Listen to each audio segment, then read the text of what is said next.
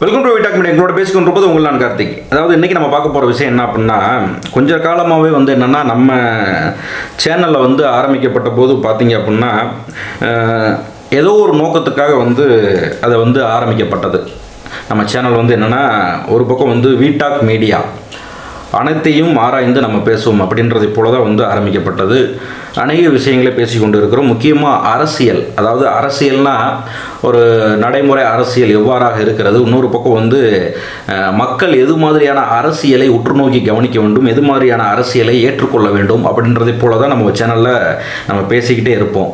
So இந்த எது மாதிரியான அரசியலை நம்ம அங்கீகரிக்கவே கூடாது, ஏற்றுக்கொள்ளவே கூடாது அப்படின்றதை நம்ம பார்த்தோம் அப்படின்னா, அதில் முக்கால்வாசி நாம் தமிழர், அதாவது நாம் தமிழருடைய சீமானுடைய அரசியலையும் பாஜகவின் அரசியலும் நம்ம முழுவதுமாக நம்ம ஏற்கவே கூடாது என்பதை போல தான் நம்ம சேனலில் நிறையா பேசியிருப்போம்.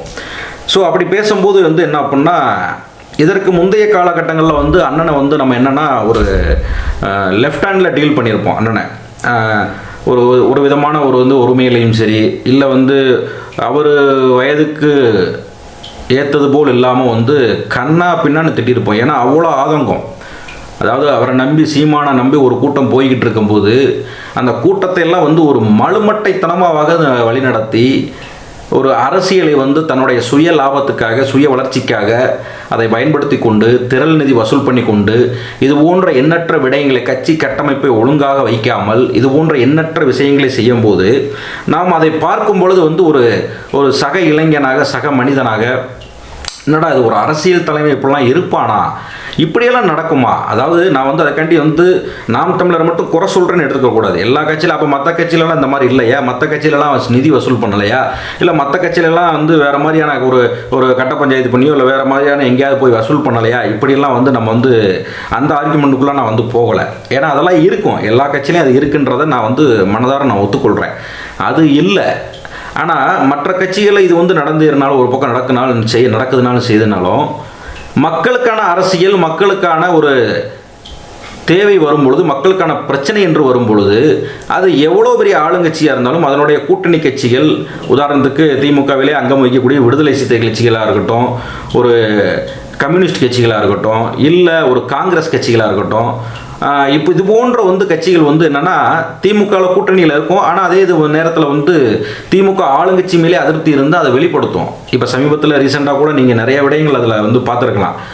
கடந்த 2024 இந்த லாஸ்ட்டு பார்த்தீங்க அப்படின்னா நீங்கள் எல்லாத்தையும் பார்த்துருக்கலாம். என்ன மாதிரியான அரசியல் நடக்குது, என்னடா திமுக கூட்டணியில் இருந்துக்கிட்டு இவ்வளோ ஒரு குளறுபடி நடந்துக்கிட்டு இருக்குது.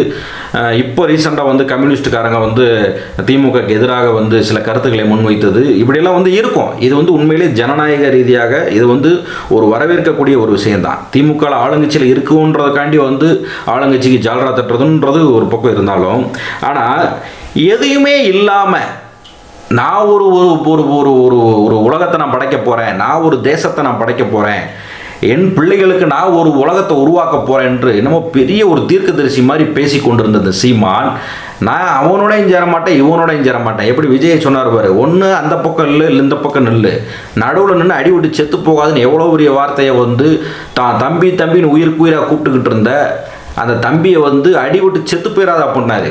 இந்த ஒரு பாயிண்ட்டுக்காகவே தாவேகாவினர், நாம் தமிழர் கட்சியினரை கவனமாக நீங்கள் கையாள வேண்டும். அதனால் இது ஒரு பக்கம் இருக்க, யாரு கூட நான் கூட்டணி இல்லைன்னு சொல்லி கடைசியில் முழுக்க ஜெயலலிதா அம்மையார் இருந்தப்ப அவர்களுக்கு ஆதரவாக நிலைப்பாடு எடுத்து, என்னதான் ஜெயலலிதா அம்மா அந்த அமைப்பு விடுதலை புலிகள் அமைப்பு எவ்வளோதான் கொஞ்சம் பேசினாலும், கொடூரமாக பேசினாலும், கொடூரமான ஸ்டேட்மெண்ட் விட்டுட்டாலும், ஸோ அப்படி இருக்கும்போது அவங்க தான் ஈழத்தாய், அவங்க தான் ஈழத்தை காப்பாற்றணும்னு சொல்லி இந்த சீமான் அவர்கள் முழுக்க திமுகவும் அதிமுகவுக்கு மாற்று என்று சொல்லிக்கொண்டு முழுக்க திமுகவையே இப்போ வரைக்கும் வசைபாடி கொண்டு இருக்கிறார் என்பது நம்ம அனைவரும் அறிந்ததே. இப்போ அதில் கூடுதலாக போய் என்ன அப்படின்னா, பெரியாரை எவ்வளோ தூரம் கொச்சைப்படுத்த முடியுமோ, பெரியார் தமிழ்நாட்டுடைய அரசியலையும் சரி, இந்திய அரசியலையும் சரி, அவருடைய பங்களிப்பு என்பது ஒரு சித்தாந்த ரீதியான பங்களிப்பு. ஒரு 2000 ஆண்டுகளுக்கு முன்பு எவ்வாறாக இந்த தமிழ்நாடு இருந்தது, எவ்வாறாக இந்த தமிழர்களை வந்தேரிகள் ஆரிய பார்ப்பனர்கள் எவ்வளோ தூரம் கொடுமையாக வந்து அனைத்தையும் வந்து கட்டமைத்து வைத்திருந்தார்கள். அந்த கட்டமைப்பு ஃபுல்லாக வந்து கொள்கையாலையும் தன்னுடைய சித்தாந்தத்தினாலையும் தன்னுடைய பேச்சுக்களாலும் பகுத்தறிவுனாலும் வந்து வெளுத்து விட்டவர் பெரியார் அவர்கள். ஸோ அப்படி இருக்க போய் தான் மாநிலங்கள் வெவ்வேறாக இருந்தாலும் மற்ற மாநிலங்களில் வந்து இந்த விஷயங்கள் எப்படி கையாளப்படுகிறது என்றாலும் தமிழ்நாட்டுக்குள் மட்டும் வந்து அது வந்து எடுபடாது.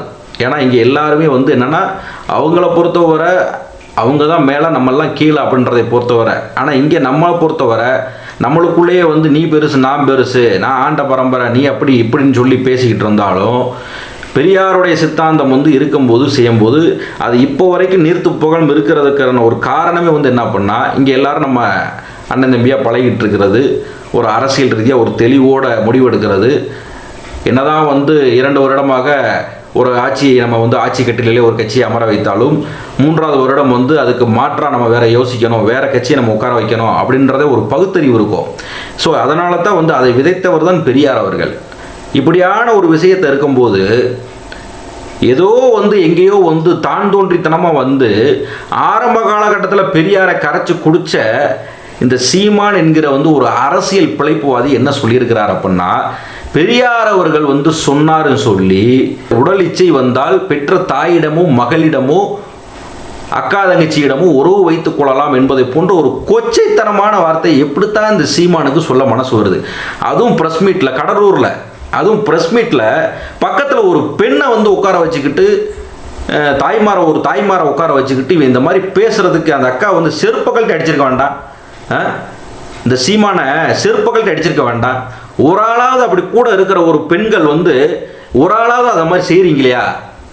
பெரியார் மீது அண்ணன் உங்களுக்கு 1000 விமர்சனம் இருக்கட்டும், என்னைய நீ இப்படி பேசுகிற நீயே அப்படின்னு சொல்லி என்ன சொல்கிறது, ஒரு முக சுளிக்க வேண்டாம், ஒரு கடிந்து கொள்ள வேண்டாம்? குறைஞ்சபட்சம் அவன் வீம்புக்குனே வந்து உட்கார வச்சு பக்கத்தில் அந்த பெண்களை உட்கார வச்சுட்டு இது மாதிரியான ஒரு தேவையில்லாத வந்து ஒரு சர்ச்சையான கருத்தை வந்து சொல்கிறோம். தமிழ்நாட்டு அரசியலில் குழப்பத்தை ஏற்படுத்தணும். எப்பெல்லாம் வந்து அதிமுகவும் பாஜகவும் எப்பெல்லாம் வந்து தமிழ்நாட்டு அரசுகிட்ட கையங்களும் சிக்கி அம்பலப்படுற நேரத்தில் உடனே வந்து இது போன்ற சர்ச்சையான கருத்துக்களை முட்டு கொடுத்தணும். இதே மாதிரி தான் சென்னை புத்தக கண்காட்சியில் போய் இதே மாதிரி தான் பேச்சு அந்த கூப்பிட்டவங்களுக்கே வந்து ஒரு இழுக்கை ஏற்படுத்திட்டு வந்து நான் போய் பேசலைன்னா அப்புறம் என்ன, எனக்கு என்ன மரியாதை, நான் அப்படி தான் போய் பேசுவேன், அப்படி தான் கலகலப்பேன் அப்படின்னா, அப்படி உள்ள நான் அந்த நபரை வந்து எதுக்கு இவங்க கூப்பிடுறாங்க? இப்போ கண்டனம் சொல்லி செஞ்சு நம்ம மன்னிப்பு கேட்க சொல்கிறாங்க.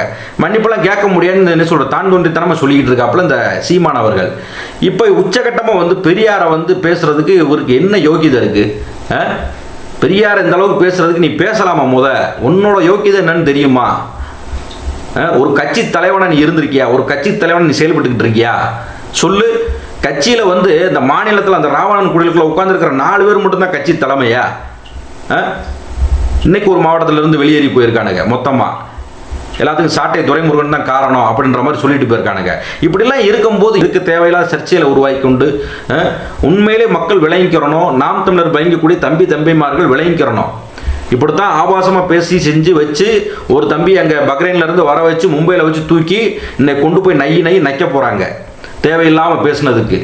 அதனால் வந்து நாம் தமிழர் உறவுகள் இதெல்லாம் வந்து சீமானவர்கள் இப்படியெல்லாம் பேசுகிறத பார்க்கும்போது இப்போ வர்ற தம்பிமார்களுக்கு அவர் என்ன சொல்ல போகிறார்? அண்ணனே பேசுகிறேன், நீங்களும் பேசுங்க. அண்ணன் பேசுவார், அண்ணன் பேசிட்டு செஞ்சுட்டு அவர் வாட்டில் அடுத்து என்ன சொல்கிறது, அடுத்த ப்ரெஸ் மீட்டில் வேறு மாதிரி டாப்பிக்கை மாற்றிட்டு போயிடுவார். ஆனால் அவரை பின்பற்ற தம்பிகள் நீங்கள் தான் வந்து பின்னாடி ரொம்ப வருத்தப்படுவீங்க. அப்புறம் காவல்துறையினர் உரிய நடவடிக்கை எடுத்து மாவு கட்டு போடுற அளவுக்கு ஆகிப்பெறும், பார்த்துக்கோங்க.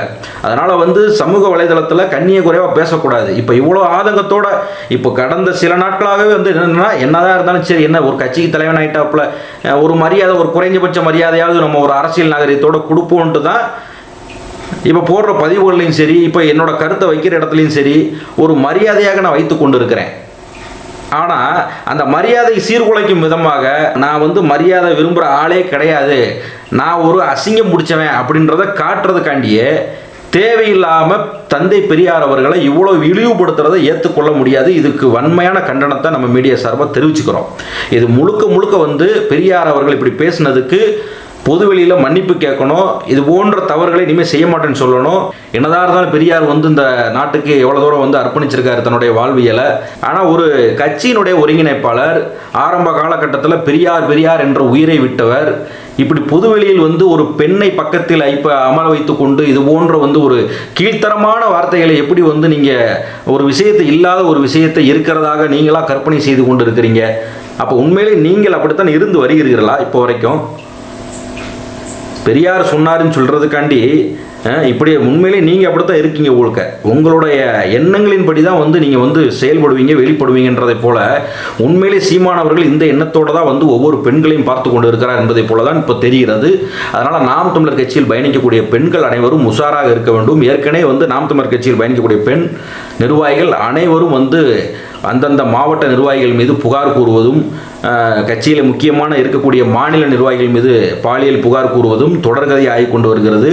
அதில் வந்து இப்போ சமீபத்தில் வந்து ரீசெண்டாக ஐடி விங்கை சேர்ந்த அந்த நபர் வந்து சிக்கினார். ஸோ இது போன்ற எண்ணற்ற சம்பவங்கள் இருக்குது. இதற்கும் பெரிய நெட்வொர்க் இருக்குது என்பதை போல் அந்த பாதிக்கப்பட்ட பெண் வந்து கூறியதை நாம் வந்து பத்திரிகை செய்திகளை பார்த்தோம். ஸோ இப்படி இருக்கும்போது உண்மையிலே நாம் தமிழர் பயணிக்கக்கூடிய பெண்கள் வந்து நீங்கள் வெட்கப்பட வேண்டும், கூச்சப்பட வேண்டும். இது போன்ற தலைவன் தலைமையில் நாம் பயணிக்க வேண்டுமா? ஏதோ வெளியூரில் உட்காந்துக்கிட்டு ஐடி விங் போஸ்டிங்கில் இருந்து கொண்டு அந்த மாநில பொறுப்பில் உட்கார்ந்து கொண்டு ட்வீட் போட்டுக்கொண்டு இருக்கிற பெண்களை மட்டும் நீங்கள் பார்த்து செஞ்சு பாருங்கள். அவங்க சொல்கிற பொய்யை நம்பி மற்ற பெண்கள்லாம் வந்து சேர்ந்துக்கிட்டு அண்ணன் நல்லவர் வல்லவர் நினைக்காதீங்க. மோசமான பிக்காளி பையன், இவ்வளோதான், வேறு ஒன்றுமே இல்லை சொல்கிறதுக்கு.